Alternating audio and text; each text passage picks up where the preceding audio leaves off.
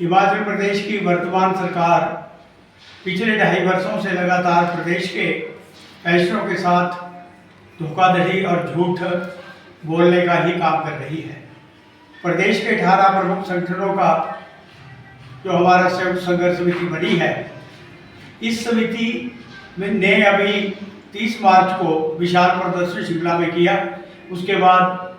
सरकार ने, मुख्यमंत्री ने वार्ता के लिए बुलाया और ये कहा था कि हम 10 दिन के अंदर आपकी वार्ता करेंगे, लेकिन आज तक वो वार्ता नहीं हुई। उसके बाद माननीय मुख्यमंत्री का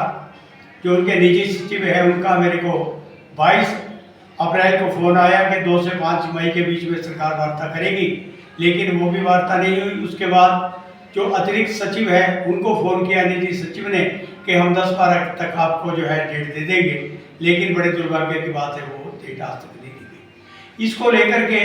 जो हमारा संयुक्त संघर्ष समिति का ज्वाइंट फ्रंट है प्रदेश का, हमने ये निर्णय लिया है कि सरकार बार बार झूठ बोल करके हमें गुमराह करने का प्रयास कर रही है, और इसलिए मुझे तो ये लगता है कि सरकार, मुख्यमंत्री के कार्यालय और ये जो तथाकथित स्वयंभू कुछ नेता हैं, इनके द्वारा मिली भगत से ये प्रयास किया जा रहा करने का, उनका ये प्रयास रहा कि 11 तारीख को नॉमिनेशन जो है उसका आखिरी दिन है, किसी तरह से जो है प्रदेश के प्रेसिडेंट जो है नॉमिनेशन ना कर पाए, यही उनका उद्देश्य मुझे लगता है। इसको देख करके हमारा जो ज्वाइंट एक्शन कमेटी की जो राज्य स्तरीय हमारा संगठन है, उसने निर्णय लिया है कि जो प्रदेश में पंचायती राज चुनाव हो रहे हैं और शहरी निकायों के जो चुनाव हो रहे हैं, इन सारे चुनाव में पूरे प्रदेश में हमारे जो 18 के 18 संगठन है, वो अपने जो हमारे प्रतिनिधि हैं, जो हमारे सेवा निवृत्त कर्मचारी हैं,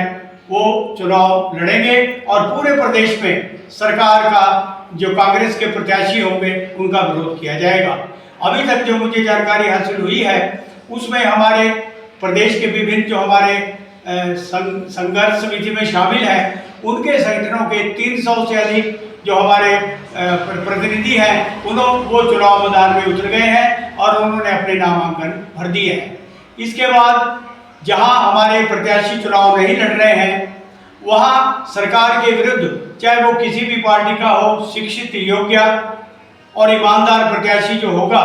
उसको हमारे 18 के 18 संगठन जो है पूरे प्रदेश के 2 लाख जो हमारे पेंशनर हैं, वो सरकार का विरोध करेंगे और सरकार के विरुद्ध मतदान करके इस सरकार को हराएंगे। क्योंकि सरकार ने हमें विवश कर दिया है, अब हमारे पास एक ही विकल्प बचा है कि हम इनको राजनीतिक फ्रंट पे जो है ये हम लड़ाई लड़ने जा रहे हैं। और इतना ही नहीं, इसके बाद जो अगले वर्ष विधानसभा के चुनाव होंगे, उसमें भी पूरे प्रदेश के 68 की 68 सीटों पे हम अपने प्रत्याशी उतारेंगे और अन्य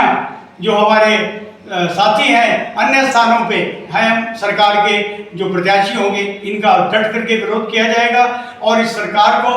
जब तक सत्ता से नहीं उखाड़ेंगे, प्रदेश के जो हमारे पेंशनर हैं, इन्होंने एक संकल्प ले लिया है कि सरकार के साथ हम राजनीतिक लड़ाई लड़ी जाएगी और इसको सत्ता से बेदखल किया जाएगा।